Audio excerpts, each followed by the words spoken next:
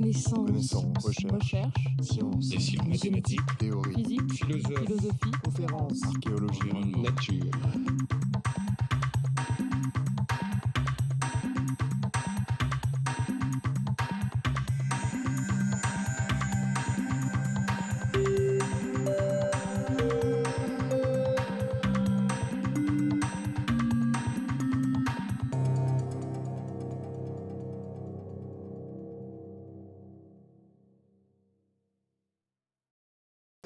Chers collègues,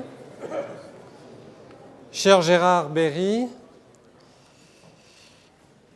la vie du collège est rythmée par la création de nouvelles chaires, par un enseignement qui est donné par l'intermédiaire de leçons, de cours, de colloques, et tout ceci contribue à la vie intellectuelle du pays.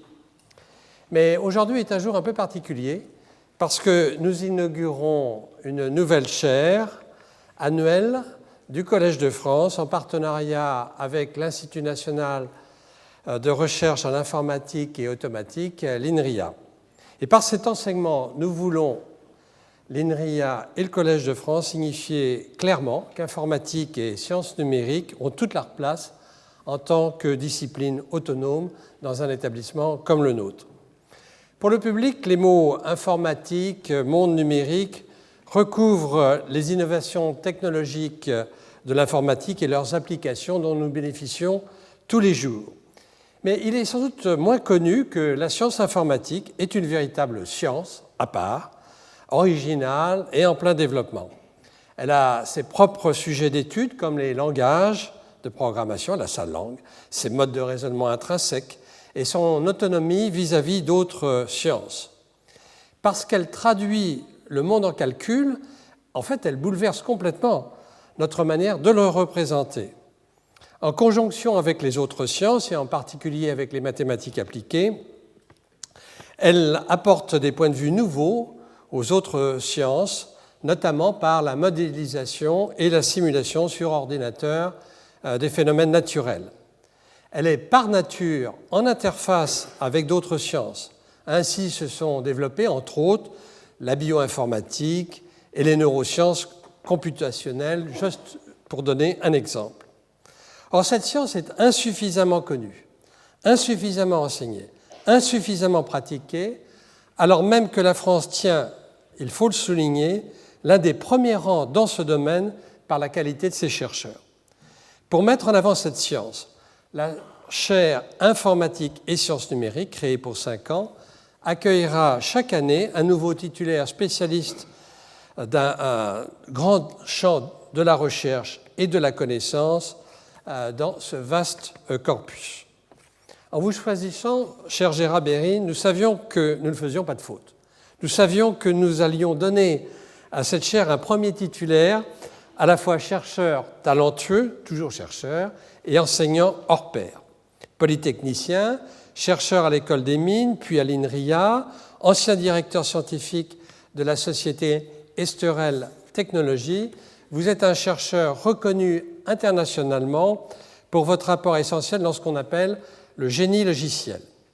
Il y a 2 ans, vous avez séduit votre auditoire au collège, et les internautes qui ont suivi vos cours peuvent en témoigner, lorsque, titulaire de la chaire d'innovation technologique Liliane Bettencourt, vous avez traité du monde numérique.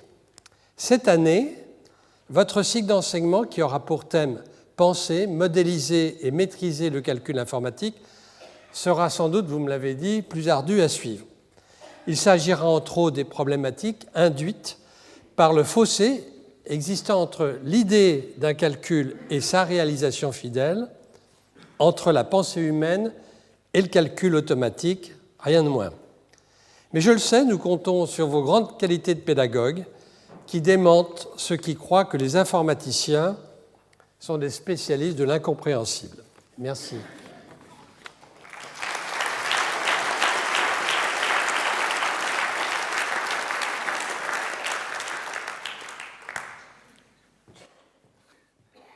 Monsieur l'administrateur, monsieur le président directeur général de l'INRIA, chers collègues, chers amis, mesdames, messieurs présents ou internautes, C'est un assez grand honneur que de redoubler au Collège de France pour faire un deuxième cours, et j'appliquerai sa loi qui est de ne jamais faire deux fois la même chose.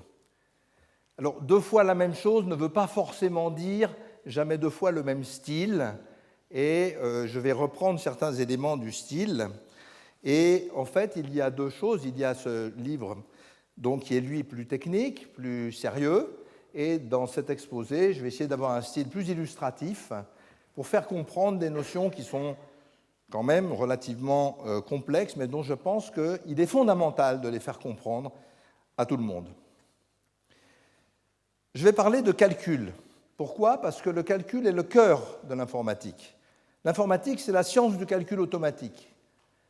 Vous êtes entouré de calculs automatiques absolument partout. Quand vous regardez une télévision moderne, vous ne le savez peut-être pas, mais vous regardez se faire des centaines de milliards d'additions et de multiplications par seconde. Et ça, ce n'est pas quelque chose de simple.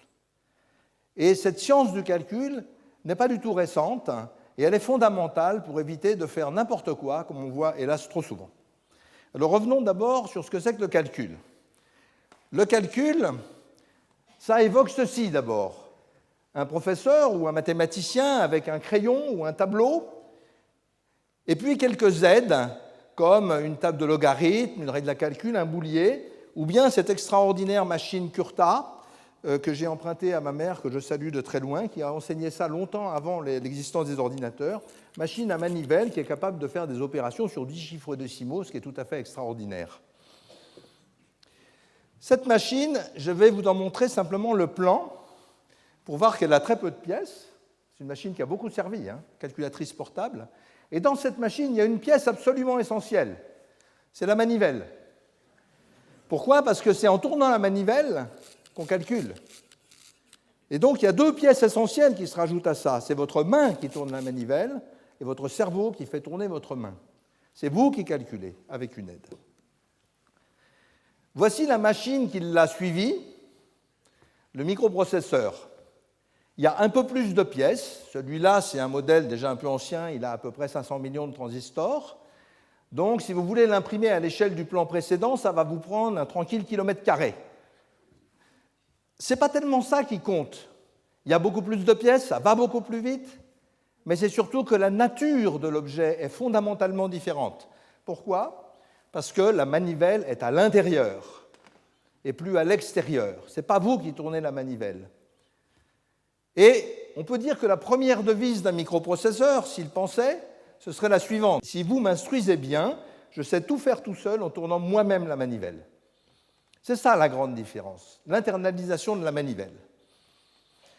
Dans tout le cours précédent, où j'avais développé la science informatique dans plusieurs pans en relation avec les applications technologiques, les algorithmes, les circuits, les systèmes embarqués, les réseaux, etc., j'avais beaucoup insisté sur l'importance de la première partie, si vous m'instruisez bien, qui est la grande difficulté de l'informatique. Et je vais réinsister dessus parce que ça reste encore la vraie difficulté de l'informatique. Alors avant, quand j'étais petit, on appelait un circuit un cerveau électronique. C'est un peu désuet, d'ailleurs c'est dommage. J'ai essayé d'aller chez des marchands d'ordinateurs pour leur demander « vous n'auriez pas un cerveau électronique ?» Et ils m'ont regardé d'un air bizarre, ce qui prouve que le mot a été oublié. Et c'était un mot pas juste, parce que ce n'est pas du tout un cerveau. Un microprocesseur, c'est un muscle. Et d'ailleurs, maintenant, on le dit que c'est un muscle parce qu'on appelle ça un multicœur.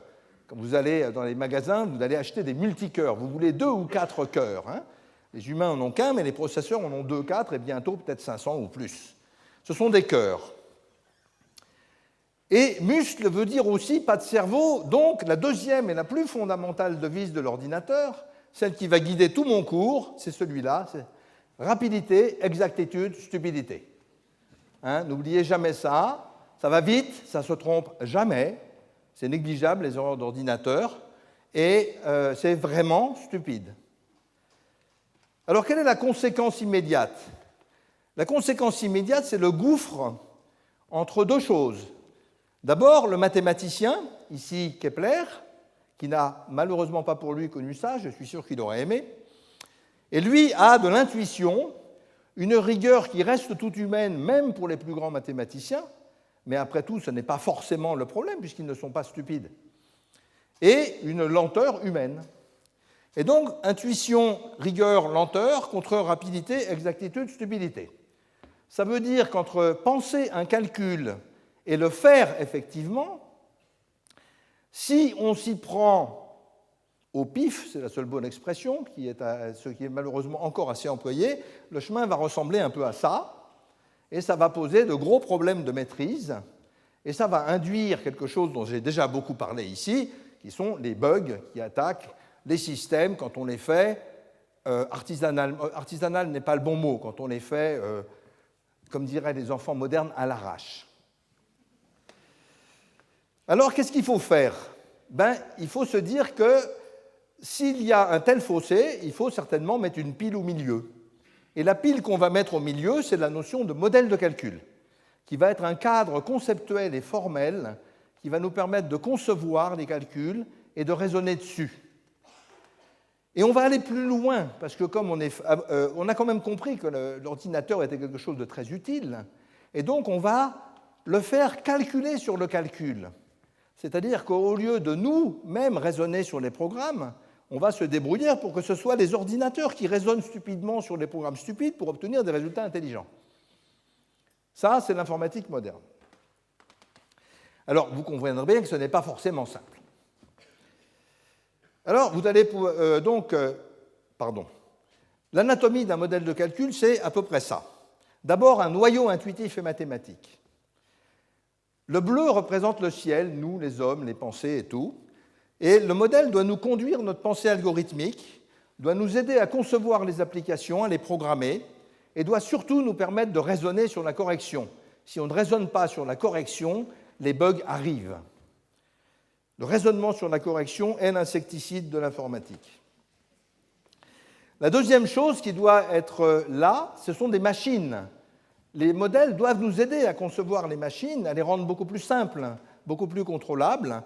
Et les langages que nous utilisons pour parler à ces machines, les langages sont le vecteur de la pensée en informatique. Et puis, dans le marron du sol, de l'implémentation des circuits, eh bien, il va falloir trouver des moyens de réaliser tout ça, de l'optimiser et de vérifier que c'est bien fait, parce qu'il ne suffit pas de raisonner. Il faut encore qu'une fois que le raisonnement est bon, la réalisation soit bonne.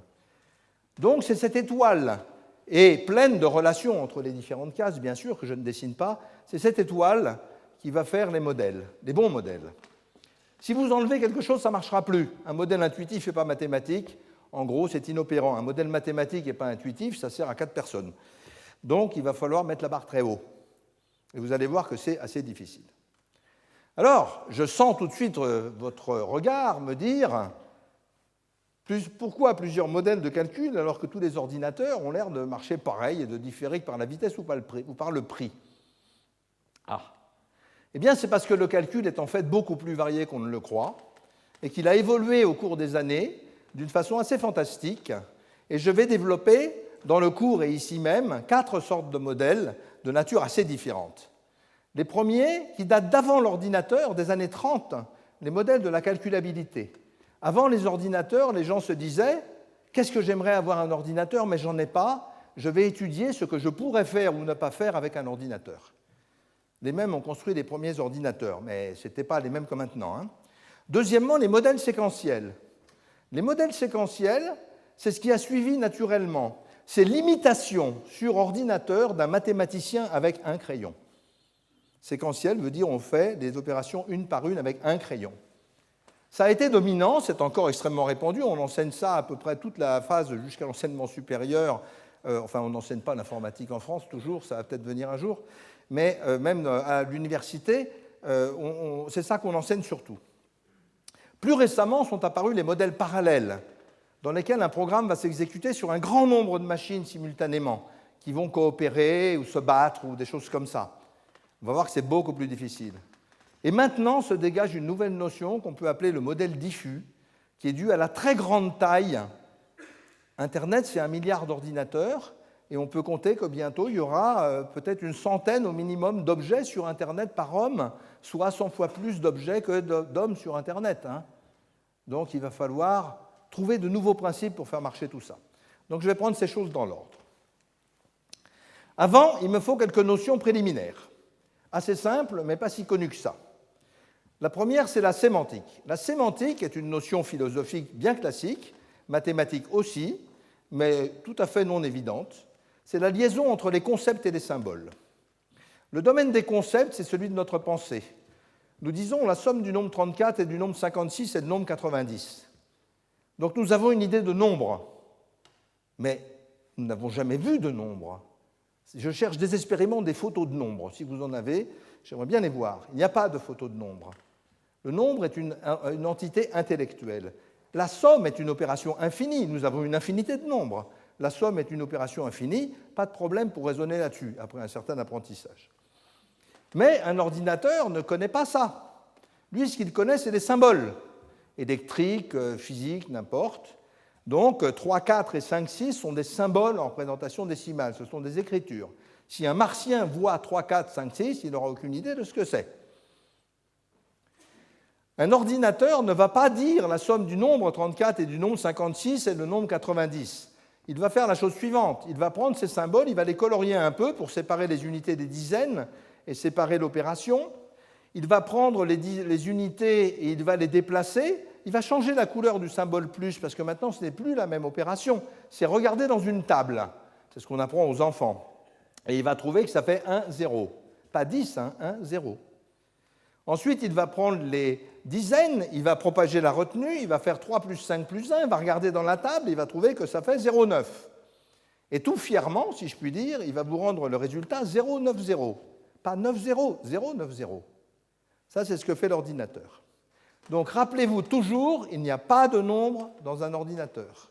Il n'y a rien que des symboles. Beaucoup de confusions viennent de ça, déjà. Le diagramme sémantique explique ça de façon simple. Il dit la chose suivante, les concepts, vous les avez.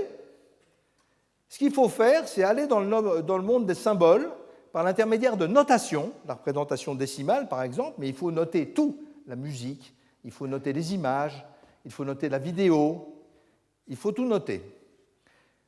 Laissez l'ordinateur tourner la manivelle et réinterpréter le résultat en employant une fonction de dénotation pour savoir ce que le résultat dénote. Ça, c'est le schéma central de l'informatique. Et ce tour-là, en revanche, il peut être instancié suivant les modèles, les besoins, en des dizaines de formes différentes. C'est aussi pour ça qu'il y a plusieurs modèles.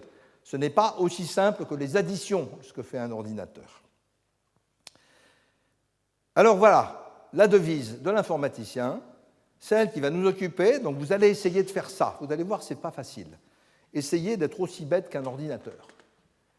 Quand je faisais mes cours à mes petits-enfants de 6-9 ans, ils me disaient « Mais c'est trop dur l'informatique, j'arrive pas à être aussi bête qu'un ordinateur. » Je lui dis « Essaye, concentre-toi, tu y arriveras peut-être. » Donc je vous dis la même chose. Concentrez-vous, vous y arrivez peut-être. Deuxième notion, la causalité des calculs. Ça va être très important. Comme en physique, la causalité est une notion fondamentale dans l'enchaînement des événements. Là, c'est pareil. Vous avez à faire 3 plus 4 plus 8 moins 3. Vous regardez tout de suite que les trois opérations ne sont pas équivalentes, parce que celle de milieu est inerte, elle ne peut rien faire. Par contre, la rouge et la bleue peuvent travailler. Alors on peut éventuellement faire la bleue, on se retrouve avec le reste de la rouge, ce qu'on appelle techniquement un résidu. On peut au contraire faire la rouge, on se retrouve avec le reste de la bleue, le résidu. À ce moment-là, on peut refermer son dessin et on se retrouve avec 7 plus 5. En un sens, on aurait pu faire les deux en même temps, en parallèle. Une fois qu'on a 7 plus 5, on se dit, tiens, il se passe quelque chose de bizarre. Le plus central se met à vivre. Il devient marron, on a créé un nouveau calcul, et ce calcul, maintenant, qui n'existait pas, il n'était pas faisable avant, va nous donner 12. La causalité, c'est de colorier les informations et de regarder comment elles se relient entre elles. Ici, on a l'opération bleue, l'opération rouge et l'opération marron, et on voit que bleu et rouge sont indépendants et vont causer marron. Beaucoup de l'informatique est dans l'étude et le raffinement et la compréhension de la causalité. Vous allez le voir. La causalité, c'est ça qui détermine la liberté du calcul et ce qu'on peut faire pour calculer. Troisième notion, la dernière, le déterminisme ou le non-déterminisme. Notion très importante. Déterminisme, un seul résultat. Quand vous faites des calculs mathématiques standards, 3 plus 5, ça fait 8, il n'y a qu'un résultat. Alors c'est ce qu'on trouve dans les circuits électroniques, c'est ce que vous trouvez dans les avions. Vous espérez que le pilote un avion déterministe, pas un avion qui choisit indifféremment d'aller à droite ou à gauche. Et dans la conduite de voiture, pareil. Non déterministe, plusieurs résultats. C'est tout aussi naturel, mais pas au même endroit. Quand vous lisez Le Monde sur Internet, vous espérez ne pas avoir le même résultat tous les jours. D'accord ? C'est même pour ça que vous lisez Le Monde tous les jours sur Internet, pour ne pas avoir le même résultat. Théorème d'incertitude, on ne peut pas connaître en même temps la position et le contenu d'une page web. Hein ? C'est l'analogue de Heisenberg en informatique, ça. Et puis, il y a encore quelques voitures qui ont des comportements non déterministes, et j'en ai beaucoup parlé dans mon premier cours, et je n'y reviendrai pas ici. Alors, voici deux modèles pour un problème très simple. Le problème, calculer les nombres premiers. Tout le monde sait faire ça, on apprend à l'école. Premier modèle, celui qu'on apprend à l'école, le crible d'Ératosthène. Donc, un nombre premier est premier s'il n'a pas d'autre diviseur que 1 lui-même. On va mettre les nombres en rang jusqu'à une certaine borne, on part de 2, et on va barrer tous les multiples de 2. Une fois qu'ils sont barrés, dans l'ordre, de gauche à droite. Une fois qu'ils sont barrés, on les enlève. Après, 3 est premier parce qu'il n'est pas barré, c'est le plus petit. Et puis, on va barrer les multiples de 3, on les enlève. Après 5, on va barrer, 7, on va barrer, et pour cette table-là, on a fini. Donc, vous voyez le principe. Mathématicien, un crayon et un ordre bien précis pour faire les choses tout le temps. Bien. 2009 est l'année Darwin, égale 41 fois 49, non, c'est pas si, c'est ça, 41 fois 49. Le crible de Darwin, bien plus malin. Je vais dire simplement une espèce de réaction chimique. Quand un nombre P rencontre un multiple Kp, il le mange. Alors voilà comment on fait. On met des petits poissons dans la mer avec des dossards, avec un nombre dessus, et quand un poisson voit un multiple, il l'attaque sauvagement et il le mange. Donc ici, 3 attaque 9. En parallèle, quelque part ailleurs, dans l'eau, 28 se fait sauvagement attaquer par 7 et 4. Vous remarquerez que la causalité n'est pas tout à fait la même, elle est plus large, puisque 4 peut attaquer 28, alors que dans le crible d'Ératosthène, il n'y a que 2 qui peuvent attaquer 28. Et puis, bon, en fait, ça ne va pas se passer comme ça, c'est 7 qui va agir, parce que 4 va être mangé par 2. Donc vous mettez plein de poissons, vous pouvez en mettre une infinité, même si vous voulez. Vous pouvez même mettre plusieurs fois le même. Et ça va vous calculer les nombres premiers, mais d'une façon un peu différente, hyper parallèle, qui paraît un peu étrange, mais ça marche très bien. Et on peut regarder Internet, je ne vais pas le faire ici, mais dans le cours, oui, on peut regarder Internet comme quelque chose qui ressemble tout à fait à ça. Alors c'est un modèle qui avait été créé par Jean-Pierre Banâtre et Daniel Lemétayer, sous le nom de Gamma, un langage, et qui a été systématisé et mathématisé par moi-même et Gérard Boudol dans la machine abstraite chimique, ou CHAM, en l'honneur de Chamonix aussi, et qui est maintenant un peu un standard, j'en reparlerai un peu tout à l'heure. Alors, qu'est-ce qui se passe? Comment se comparent ces deux modèles? Eh bien, le premier, il est séquentiel. Le deuxième est massivement parallèle. Dans le premier, la causalité est complexe, puisqu'il va y avoir des opérations successives, il va falloir rebrousser chemin, etc. Dans le deuxième, la causalité est triviale, il suffit de laisser faire Darwin. Dans les deux cas, le résultat est déterministe, mais dans le premier cas, le calcul aussi, et dans le deuxième cas, non. La terminaison du premier est triviale, on sait quand on a fini. La deuxième est probabiliste, on a fini quand il n'y a plus de poissons à manger.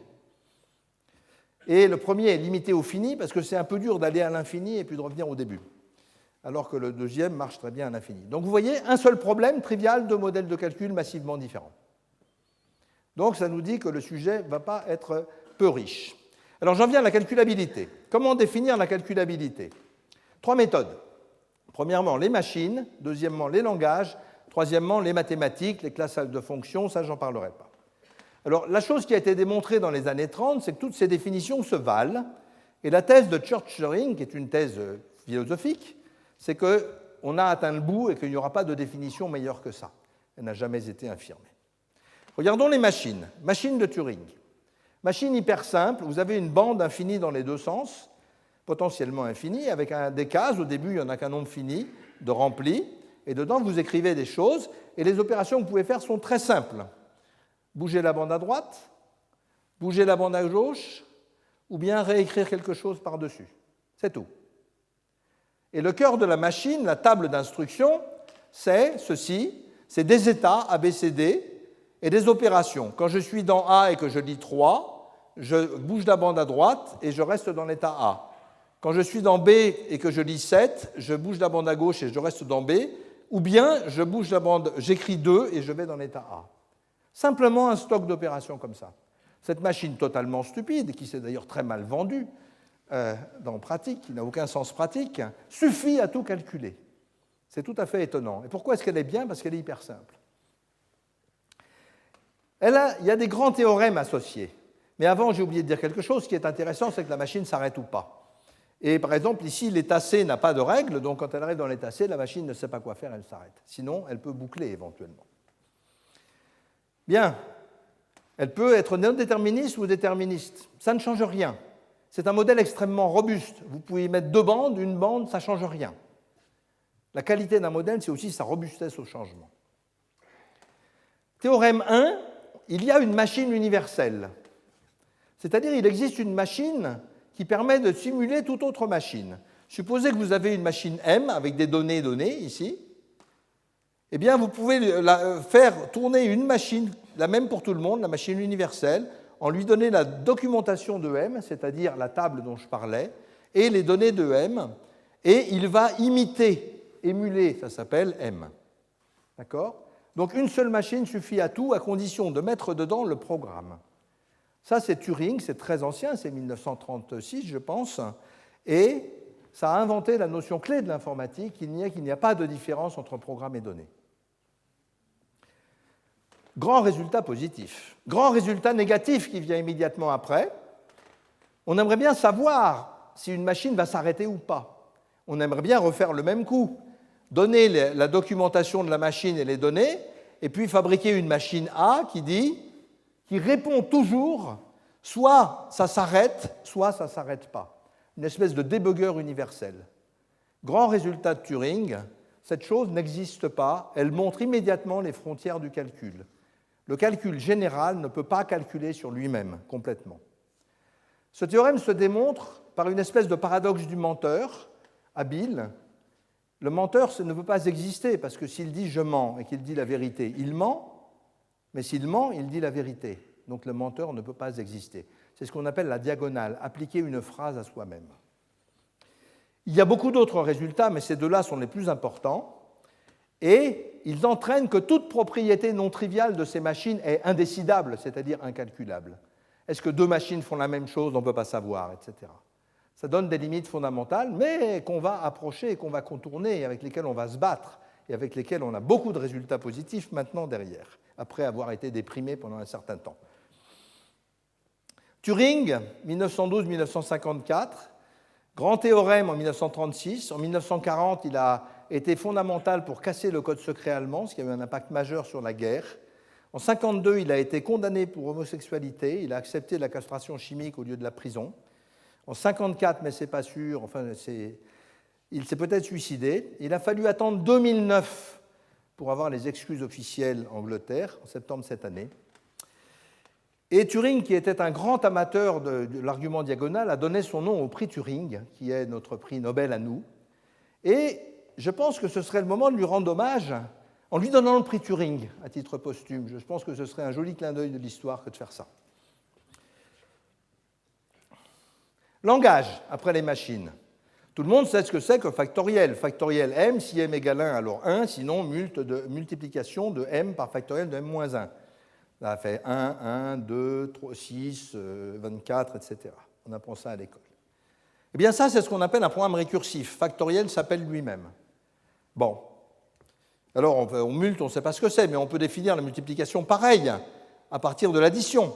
Si m égale 0, 0, sinon n, sinon le deuxième, là, si m égale 1, m fois n, ça fait n, et sinon je multiplie m-1 par n et j'ajoute n.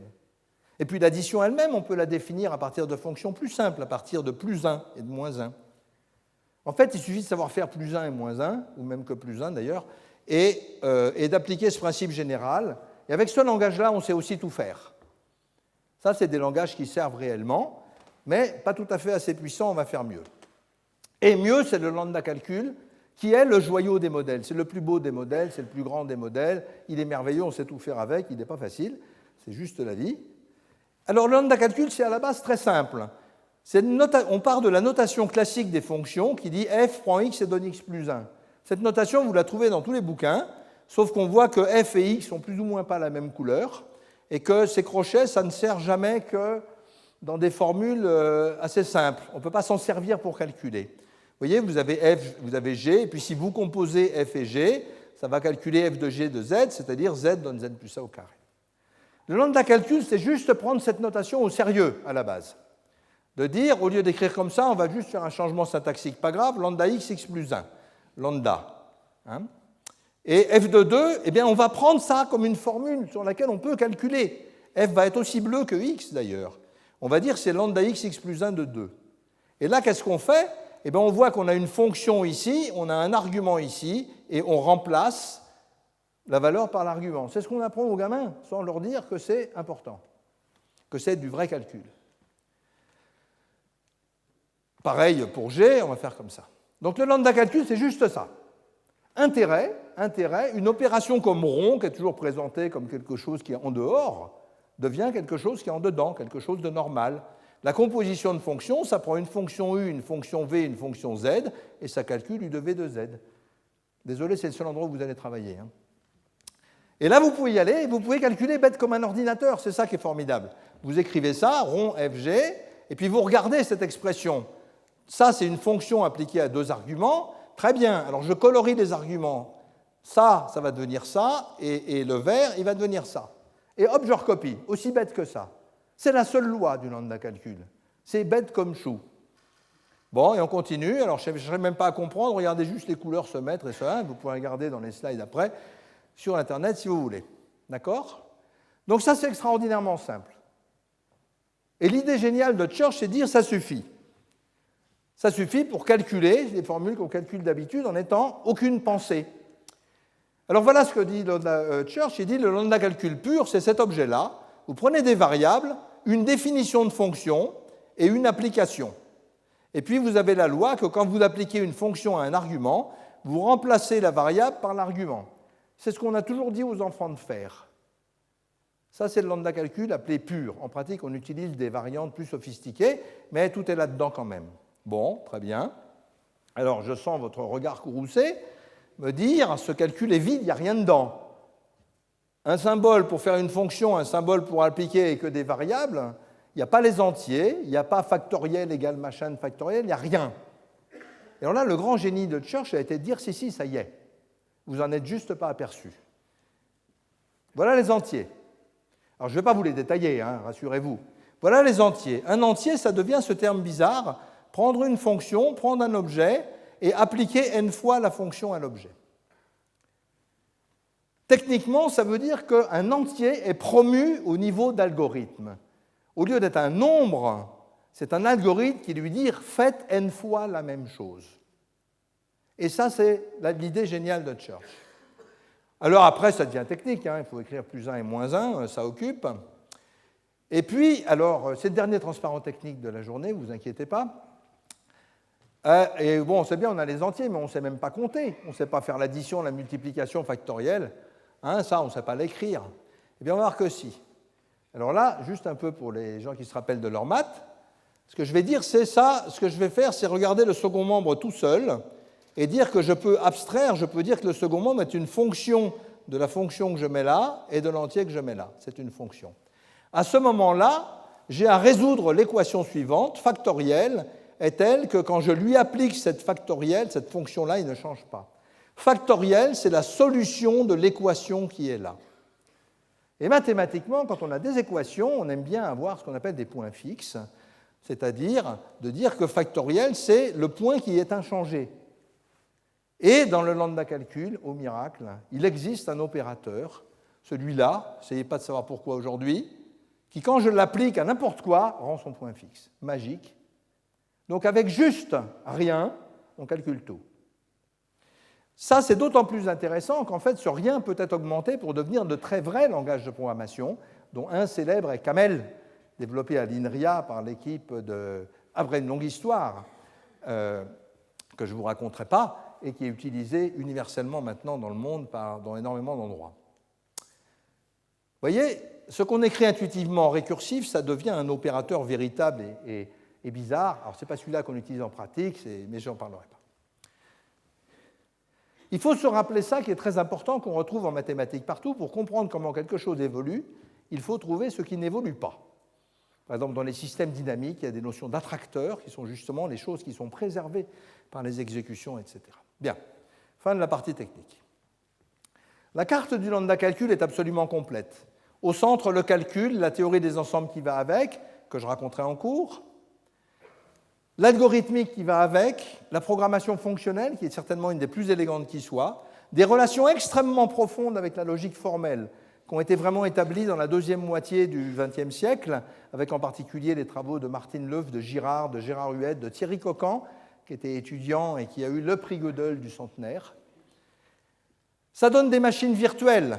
La Categorical Abstract Machine, développée par Pierre-Louis Curien et qui a donné son nom à Camel, la machine de Krivine, qui est très belle, ça donne des vrais langages de programmation et ça donne des vraies implémentations et des vrais systèmes de preuves. HOL a été utilisé pour prouver la correction de l'arithmétique du Pentium après qu'un bug à 470 millions de dollars a été trouvé dedans. Cette carte est très grande. Je vais étudier dans 2 cours et demi le lambda calcul et nous aurons 2 séminaires.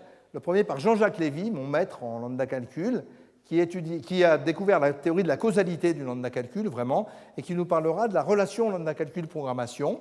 Et le deuxième séminaire par Gérard Huet, mon maître en logique, qui nous expliquera les relations entre lambda calcul, logique et linguistique, puisque le lambda calcul est aussi un support très important pour la linguistique. Voici un exemple dû à Georges Gontier qui est dans la salle. Le théorème des 4 couleurs. Ce théorème a une histoire très intéressante. Il a été conjecturé par Guthrie en 1952 et prouvé pour la première fois en 1976. Qu'est-ce que c'est que ce théorème?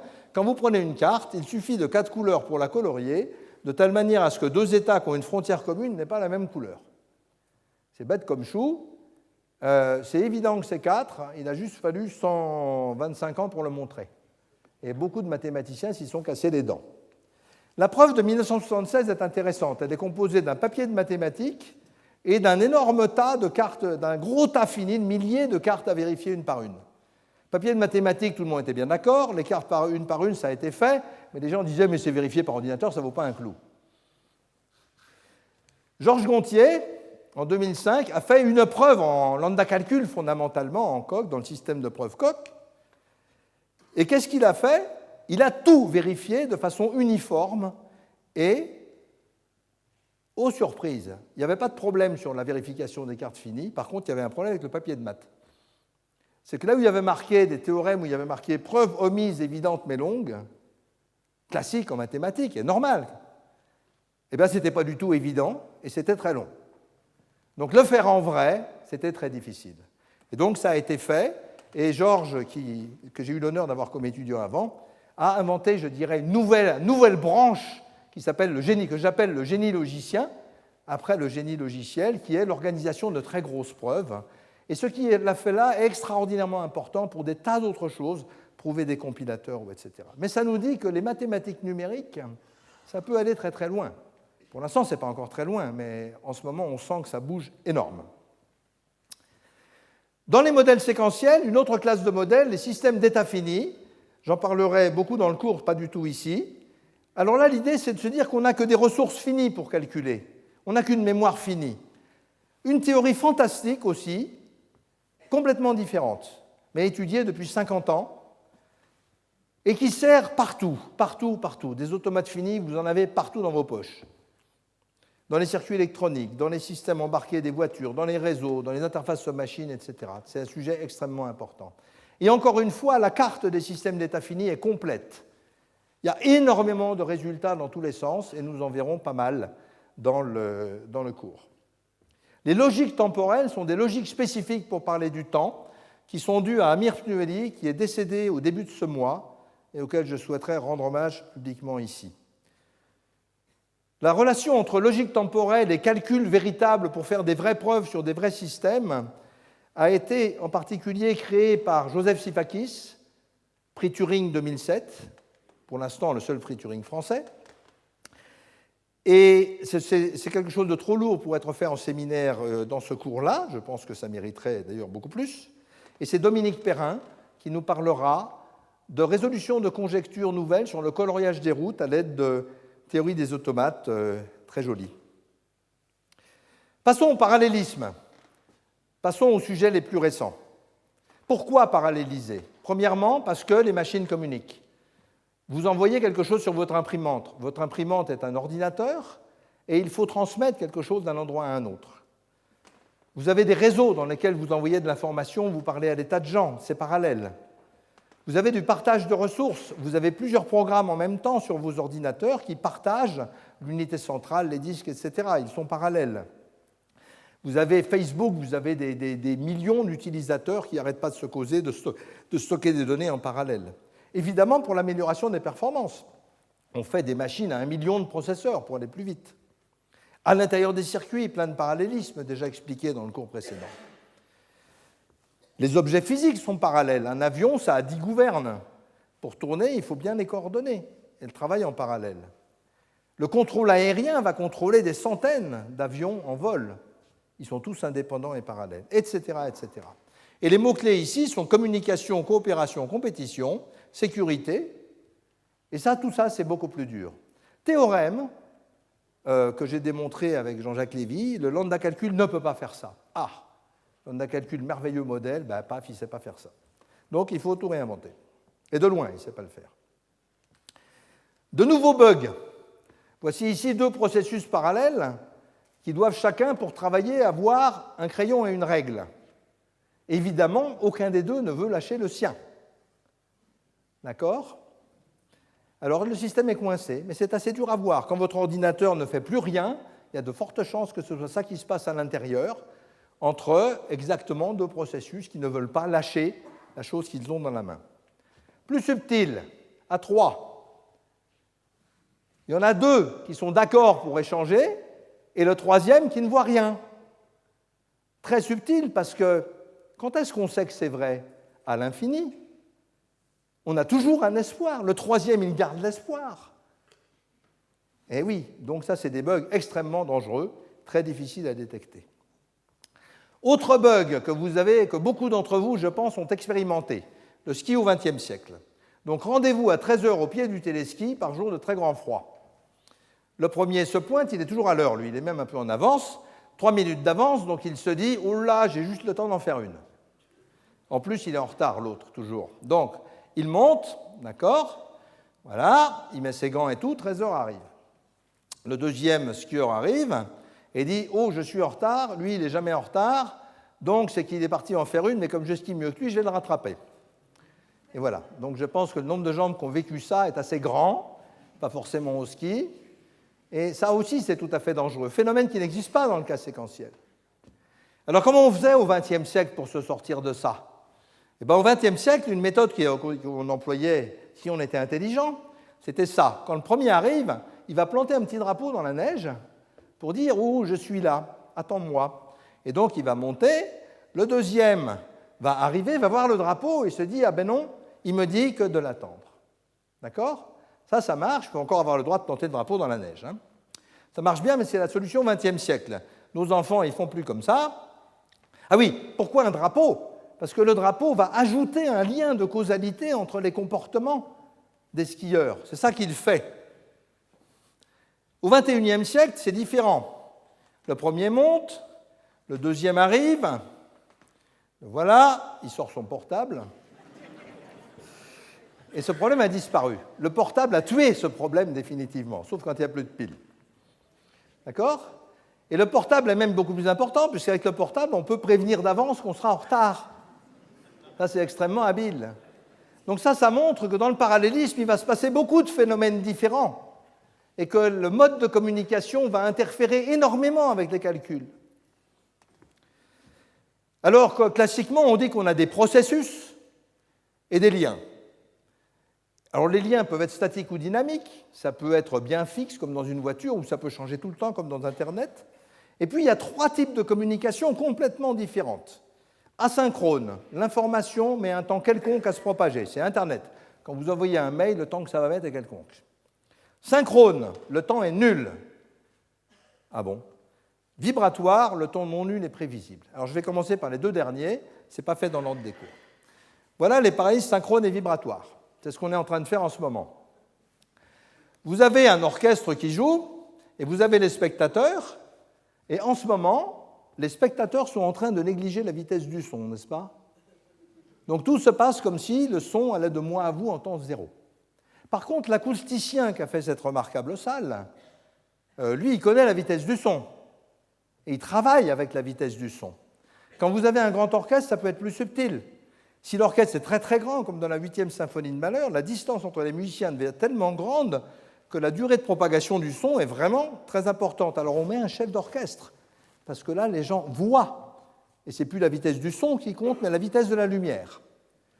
Ces modèles-là sont extrêmement importants, j'en ai beaucoup parlé dans le premier cours, et j'en reparlerai sous un axe très différent. Je vais étudier la causalité dans ces modèles, et en particulier, venez voir l'équation de Hamlet, si vous ne l'avez jamais vue, c'est un petit miracle. To be égale to be or not to be. Je ne vous en donne pas la solution ici. Les applications de ces modèles sont très grandes. Un Airbus A380, c'est programmé avec, et les circuits électroniques, c'est fait avec. Et il y aura 2 séminaires par Nicolas Alvax et Jean Vuillemin, que je vois dans la salle, qui nous parleront du modèle lustre et d'un magnifique modèle mathématique des circuits, les nombres duadiques, où nous découvrirons que passer le temps, c'est multiplié par 2, ce qui n'est pas totalement intuitif, mais extraordinairement riche. La méthode la plus utilisée pour gérer le parallélisme, c'est ce qu'on appelle la mémoire partagée. On met plusieurs ordinateurs sur la même mémoire. Alors c'est simple à faire, ce n'est pas compliqué à faire, il n'y a pas de problème. C'est juste extraordinairement dur à gérer. Pourquoi? Supposons qu'on ait 2 processus P et Q, par exemple, en train de réserver chacun un siège dans un avion. Si on s'y prend séquentiellement, on va traiter chaque cas indépendamment de l'autre. On va réserver un siège, puis l'autre, etc., et ça va marcher tout seul. Mais si on parallélise, ou si même on casse en petits morceaux P et Q, on va avoir des exécutions comme ça, et qui vont peut-être conduire à un véritable désastre, parce qu'on va avoir brisé, intercalé Q, par exemple, ici, va avoir brisé la causalité à l'intérieur de P. Et ces choses vont se marcher dessus, fondamentalement, se détruire leurs données. Alors, on peut, par exemple, comprendre que rien que intervertir 2 morceaux de calcul rendrait le calcul juste. Et ça, c'est extrêmement difficile. Il y a des bouquins entiers là-dessus, peu de gens savent faire ça. Il faut poser des drapeaux super compliqués. Ce n'est pas comme les skieurs, c'est franchement la taille au-dessus. Et Michel Reynal nous parlera de façon plus générale de l'algorithmique distribuée après mon cours. Énorme sujet, un des plus difficiles de l'informatique.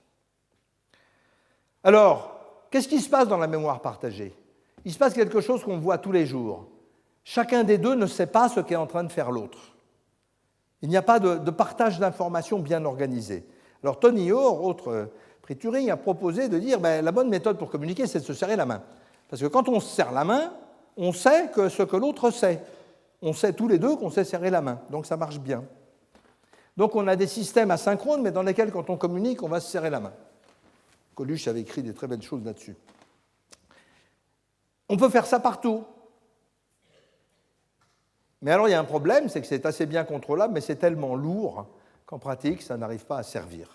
Donc ça a un petit peu disparu. Ça existe encore, mais... Moyen totalement inverse, on peut découpler complètement.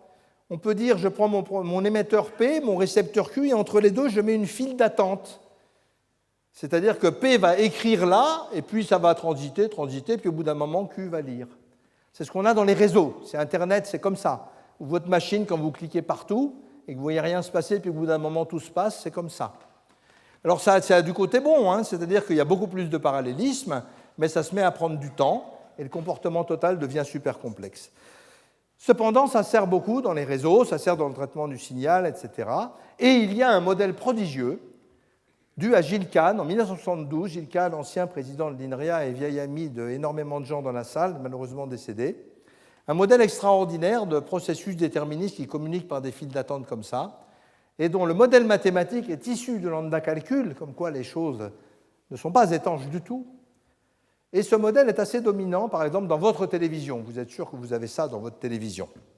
Pensez à Gilles quand vous regardez la télé. D'autres modèles encore, des réseaux graphiques, les réseaux de Petri, où on voit bien, pour ceux qui connaissent, les problèmes de conflit et de coopération, les réseaux d'automates qui sont très utilisés en protocole, d'autres modèles. Vous voyez, c'est bizarre, on a un zoo de modèles, plus du tout comme avant. On n'a pas de grands modèles dominants, on a un zoo de modèles tous intéressants. Un modèle très intéressant, le pi-calcul de Milnor. Milnor était aussi, après Turing, et aussi très influent dans le lambda calcul. Alors je vous explique, c'est un modèle tout simple, mais qui permet de prendre en compte avec très peu de choses la dynamicité. En gros, c'est le mélange de la chimie des poissons de Darwin et du lambda calcul. Ça essaye, ça n'y arrive pas encore. Donc vous avez Bob et Alice. Bob et Alice sont toujours les deux acteurs en informatique. Et Bob a vu Alice dans un coin, il sait juste qu'elle s'appelle Alice. Donc il voudrait savoir où elle habite, quelle est son adresse. Donc il envoie un annuaire, adresse d'Alice. L'annuaire prend ce message est formé d'informations élémentaires, de rien du tout, de petites chaînes de caractères, et il va répondre à l'adresse d'Alice. Qu'est-ce que ça fait, ça ? Ça permet d'établir un nouveau lien auparavant inconnu entre Bob et Alice. Et comme ça, Bob peut envoyer un message à Alice, ce qu'il ne pouvait pas faire juste avant, et envoyer un deuxième message parce qu'il a oublié de signer, d'accord ? Et à ce moment-là, Alice peut répondre à Bob, dont elle ne connaissait pas non plus l'adresse. Donc ça veut dire qu'on a un système dans lequel les liens vont être calculés par le calcul. Et ce système, c'est évidemment Internet. Donc la chimie est le meilleur moyen de modéliser Internet. Cependant, si on s'y prend comme ça, si ça c'est les petits poissons de Darwin, il y a un problème énorme, c'est que tout le monde peut lire ce qu'il y a marqué dessus. La grande force du pi-calcul, c'est d'être capable de faire avec la même simplicité des canaux secrets, de la sécurité d'information, et c'est le calcul le plus central en sécurité à l'heure actuelle. Il est aussi très important en bioinformatique, pour modéliser les processus biologiques. Ça, c'est le candidat le plus prometteur, mais il est encore très loin du lambda calcul à l'heure actuelle. Cédric Fournet nous parlera des applications pratiques et de la relation entre le pi-calcul et le lambda calcul. Voici le grand changement. Le grand changement est arrivé dans les années 2000 au XXIe siècle. Pour moi, le XXe siècle, c'est l'histoire. Pour beaucoup d'enfants, un cours sur comment on faisait au XXe siècle, c'est un cours d'histoire maintenant. Voilà la phrase que répétaient beaucoup de gens avec un sourire en coin et un air entendu. D'un ordinateur, on ne sort jamais que ce qu'on y a mis. Ça doit être une phrase que j'ai entendue le plus souvent. Dans cette phrase, il y a un paramètre caché. Les deux « on » réfèrent à la même personne. D'accord ? Ça, ce n'est pas évident. Et quand vous expliquez ça à un petit jeune moderne, il va vous dire « mais moi, je ne suis pas d'accord. Les deux « on », ce n'est pas la même personne. D'Internet, je sors ce que le reste du monde y a mis. » Il y a une conférence prodigieuse de Michel Serres aux 40 ans de l'INRIA sur ce sujet que vous trouverez sur Internet et qui montre les conséquences gigantesques de ça, en particulier qu'on n'a plus besoin d'avoir la mémoire dans sa propre tête, ni même dans ses propres livres, ce qui est quelque chose qui bouleverse beaucoup le paysage, et je ne suis pas le seul à le dire, évidemment. Autre chose, les calculs sont devenus tellement énormes, Internet est devenu tellement grand, que ce n'est pas une bonne idée de faire des calculs exacts. Jusqu'à maintenant, tout ce dont on a dit, c'est qu'il fallait calculer les choses exactement, mais ce n'est plus forcément une bonne idée. Quand vous envoyez un film à quelqu'un, ce qui est important, ce qu'on appelle le streaming. Pourquoi les mots sont-ils anglais en informatique ? Parce que malheureusement, on n'a pas compris que pour créer les mots, il faut aussi créer les objets qui les nomment. Et en France, on n'est pas complètement du côté des créateurs dans ces domaines-là encore. C'est normal puisque ce n'est pas enseigné. C'était pas enseigné. Merci le collège. Quand vous transmettez un film et que vous le regardez, la seule chose qui compte, c'est de ne pas perdre le fil du temps. Parce que ça, c'est très désagréable. Mais par contre, vous pouvez perdre le fil des images. Si une image n'est pas arrivée, si vous envoyez une information à votre banque et que cette information n'est pas arrivée, vous voulez absolument qu'elle soit retransmise. Quand vous regardez un film, si une image a été perdue, vous ne voulez surtout pas qu'elle soit retransmise. Il faut la perdre. Internet est un système probabiliste qui ne marche que parce qu'il perd les paquets. Les paquets tournent, un peu comme dans Darwin, mais un peu plus astucieux, un peu bien orientés, et puis de temps en temps, ils sont trop vieux, il faut les tuer. Si on ne les tue pas, Internet ne marche pas. Donc Internet est un réseau fondamentalement probabiliste. Donc à l'heure actuelle, et quand vous posez une question à un moteur de recherche, vous posez une question semi-stupide, il ne faut pas vous attendre à avoir une réponse exacte. Donc la notion de calcul même est en train d'être bouleversée. C'est ça que j'appelle le calcul diffus. Alors là, moi-même, je regarde ça, mais je n'en suis pas un acteur, donc j'ai choisi de traiter ce cas par 3 séminaires, par des gens beaucoup plus jeunes, vous allez voir. Premier séminaire sur qu'est-ce que c'est que les communautés sur Internet, qu'est-ce que c'est que le pair à pair, que veut dire les réseaux virtuels qui sont en train de se créer par-dessus les réseaux réels, quel modèle de calcul faut-il utiliser pour en parler. Et c'est Anne-Marie Kermarek qui nous parlera de ça. Vaste sujet, en essence. Le deuxième, transparent, que j'avais montré à mon premier cours, voilà à quoi ressemblent les objets informatisés modernes. Il n'y a pas que les gadgets, il y a aussi la musique, les avions, les prothèses médicales, la domotique, etc. Tout ça, maintenant, est programmable. Mais comment est-ce qu'on fait pour programmer ça? Pour l'instant, c'est un problème complètement ouvert. Exemple, je voudrais dire à mon vélo, quand tu arrives à moins de 4 km de la maison, mets le chauffage. Ben, à l'heure actuelle, on ne sait pas faire ça. Pourtant, voilà, je voudrais dire exactement ça. Je voudrais que ça prenne à peu près cette place-là.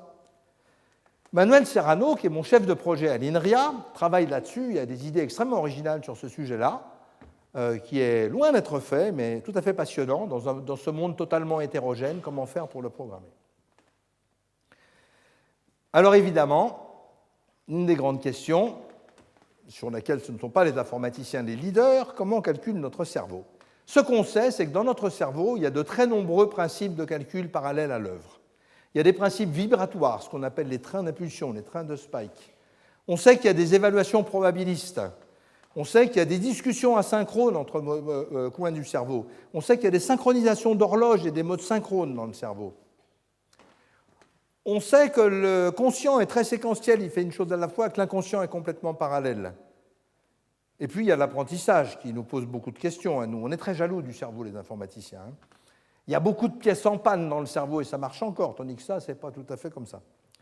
La plasticité cérébrale est quelque chose de fantastique. Mais vous voyez, là-dedans, il y a beaucoup de mots qui me parlent, sous un autre angle. Et les neurosciences computationnelles étudient ça, avec les deux points de vue, le point de vue de la biologie et le point de vue de l'information, de l'informatique, à égalité. Bien sûr, c'est encore partiel, parce que ces sujets sont super durs. Et là, nous aurons deux séminaires, un par Sophie Denève, sur le calcul probabiliste et les réseaux bayésiens, et un autre par Yves Frégnac sur la coopération des différents modèles de calcul dans le cerveau. Alors, ne vous attendez pas à trouver là la solution de tous les problèmes. Je pense qu'on n'est pas en informatique, là. L'informatique, c'est simple, on construit des objets comme on veut, on n'a pas besoin d'étudier la nature qui a été faite d'une façon qu'on n'avait pas décidée nous-mêmes. Dans les neurosciences, c'est évidemment un autre problème. Mais pourquoi ça nous intéresse? Parce que d'abord, c'est peut-être un des sujets les plus fantastiques à l'heure actuelle, et puis parce que nous cherchons les nouveaux principes de calcul. Le cerveau est hyper bon en calcul inexact, nous on est nuls. Donc il y a beaucoup à apprendre. Parce que bien sûr, on veut commander des objets par l'activité cérébrale. Il y a beaucoup de projets là-dessus dans le monde. Parce que bien sûr, on veut coupler les circuits aux neurones. Il y a aussi beaucoup de projets dans le monde. Il est évident que faire un bypass sur la moelle épinière pour pouvoir remarcher rien qu'avec l'activité cervicale, ce n'est pas quelque chose d'anodin. Et c'est quelque chose qui demandera de comprendre la biologie et l'informatique à égalité. C'est ça que j'appelle les sciences numériques.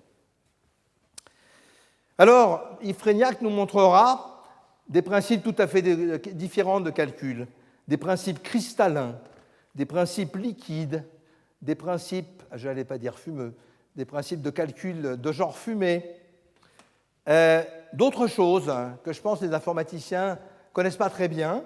Et là, je voudrais que ce soit vraiment un séminaire pour lancer un sujet. Et à mon avis, le collège est un sujet qu'on ne va pas résoudre en 3 semaines. Le collège est l'endroit idéal pour ça. Conclusion. Le XXe siècle a clairement été celui de l'énergie et du moteur. Le XXIe sera clairement celui de l'information et du calcul. Vous entendez ça partout. Si les moteurs consomment moins, c'est parce qu'on les gère informatiquement. Pour avoir des éoliennes, pour avoir des capteurs solaires, il faudra faire ce qu'on appelle des smart grids, des réseaux électriques super intelligents qui réagissent extrêmement vite, ce qu'on ne sait pas faire à l'heure actuelle. Et ça, c'est de l'information, ce n'est pas de l'énergie.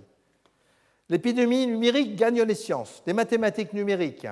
J'ai parlé du travail de Gontier, Werner, que j'ai oublié de citer, et les autres. Étienne Gis a fait des films qui s'appellent Dimensions. Téléchargez-les, ils sont prodigieux. Des films sur la visualisation de l'espace en 4 dimensions sur votre téléviseur, c'est quelque chose de magique, traduit en 17 langues déjà. Le calcul formel, il y a beaucoup de gens qui travaillent là-dessus.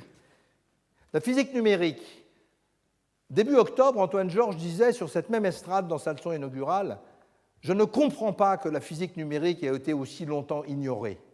Elle est fondamentale. » Ça veut dire quoi? Ça veut dire, au lieu de faire les expériences en vrai, on les fait sur ordinateur, on les fait avec des atomes numériques.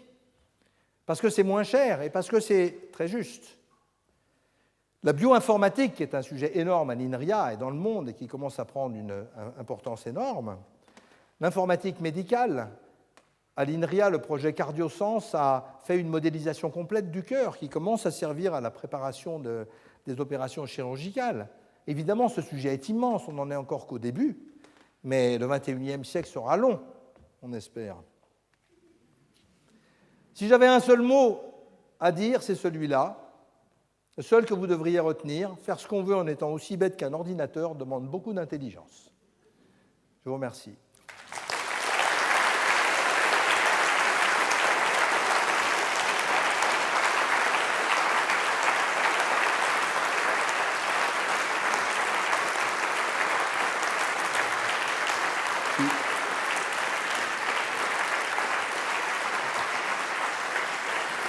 Merci à eux.